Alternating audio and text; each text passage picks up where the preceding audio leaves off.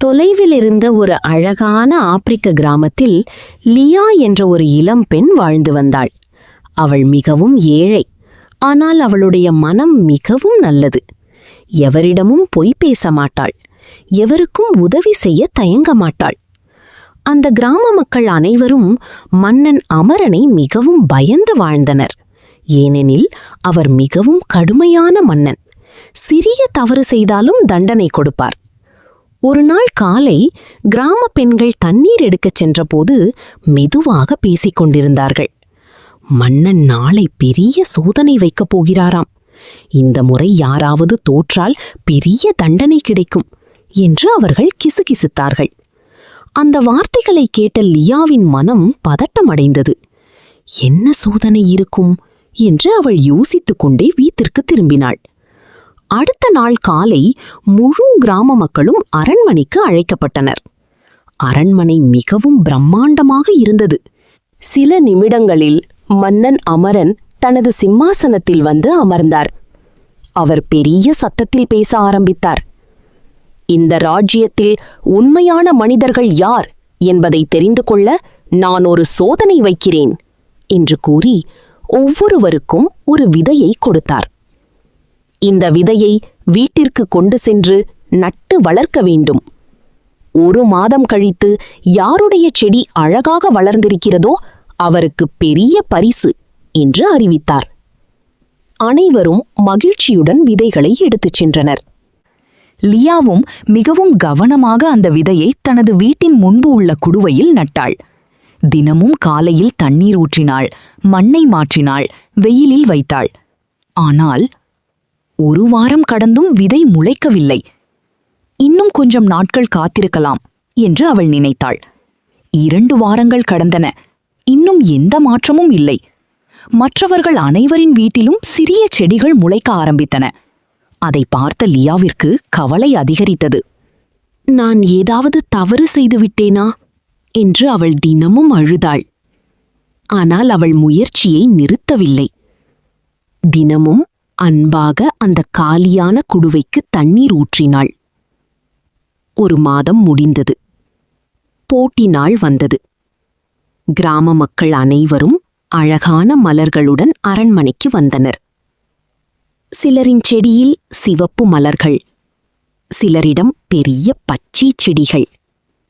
அனைவரும் பெருமையாக நின்றனர்.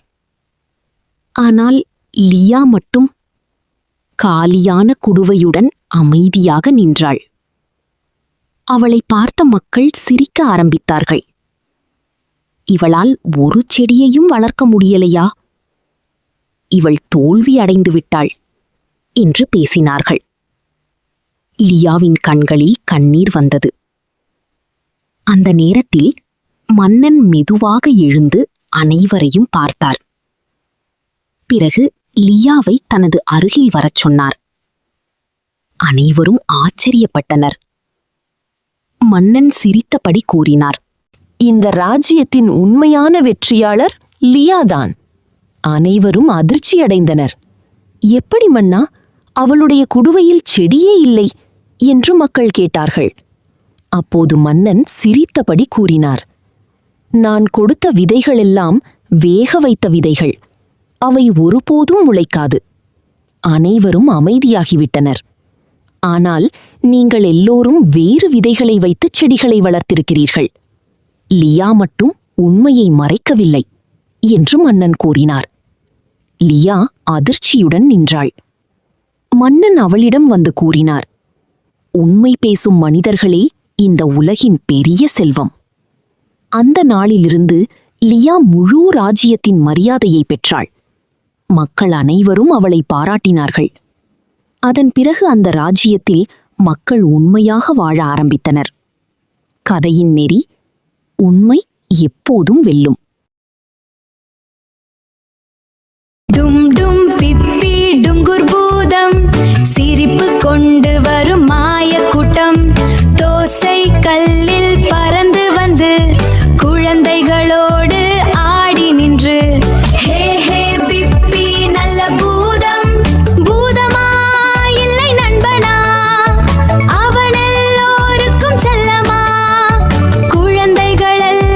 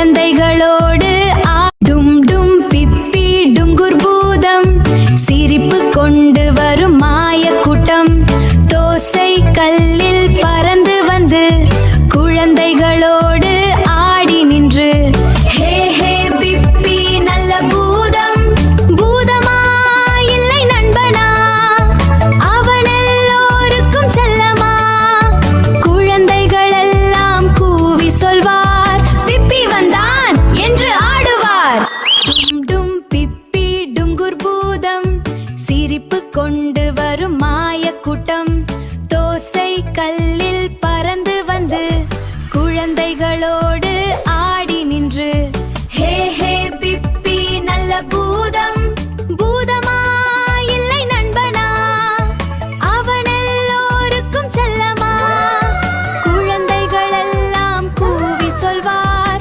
பிப்பி வந்தான் என்று ஆடுவார் டும் டும் பிப்பி டுங்குர் பூதம் சிரிப்பு கொண்டு வரும் மாய கூட்டம் தோசை கல்லில் பறந்து வந்து